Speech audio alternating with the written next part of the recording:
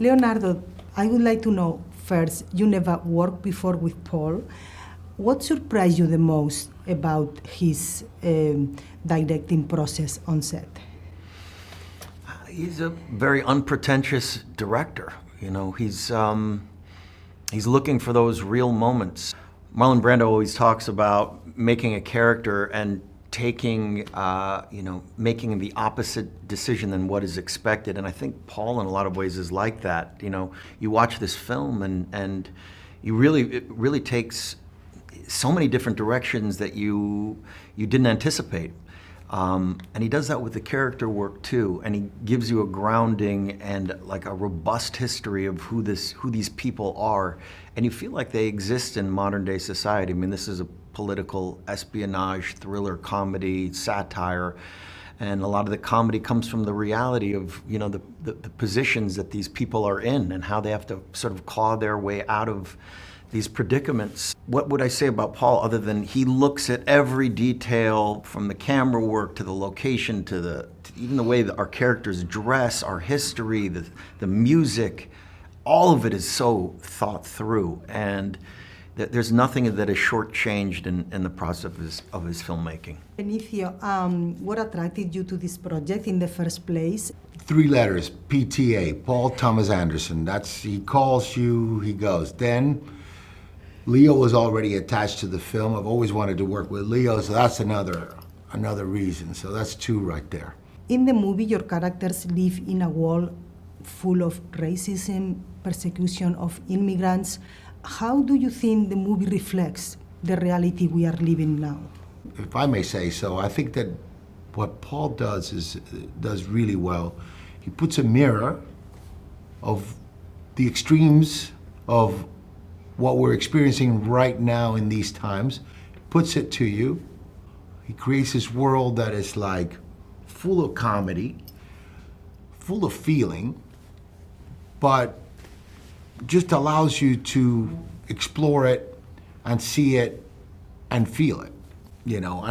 And then through it, he's also doing a beautiful story of a father who loves a daughter,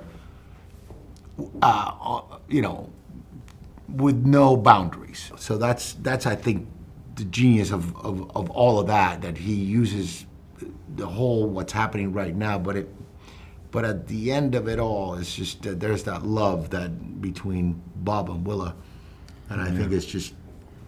And I think he's also he's not imposing a political belief or an ideology on the audience. It's not like taking medicine. It's the fact that this movie is coming out right now in the world that we're living in, the political climate that we're living in, but it's a story about humanity and learning to be the attempt to being good to one another. You know, that's the undercurrent of.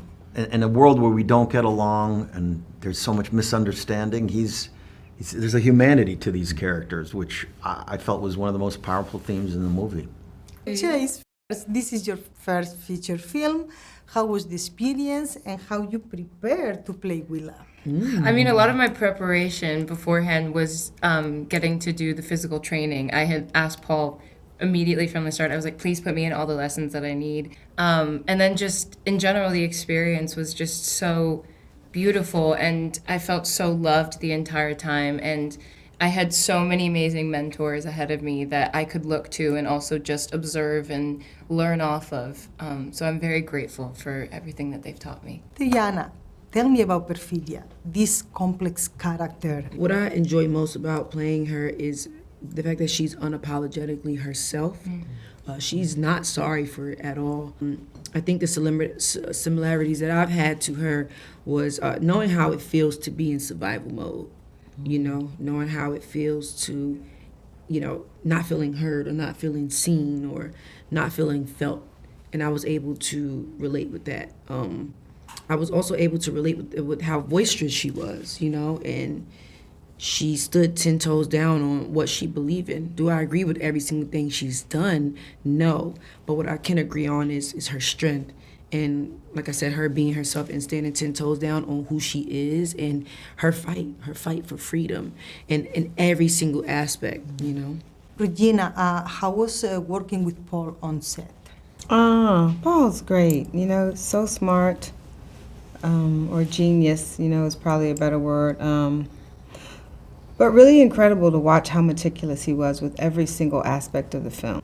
I mean, Paul had incredible stamina. I mean, you know, we had our days off when we weren't shooting. Paul was every day relentless, man. So his commitment to the craft and to really filmmaking, you know, at its finest, storytelling, you know, elevating, it's incredible to watch.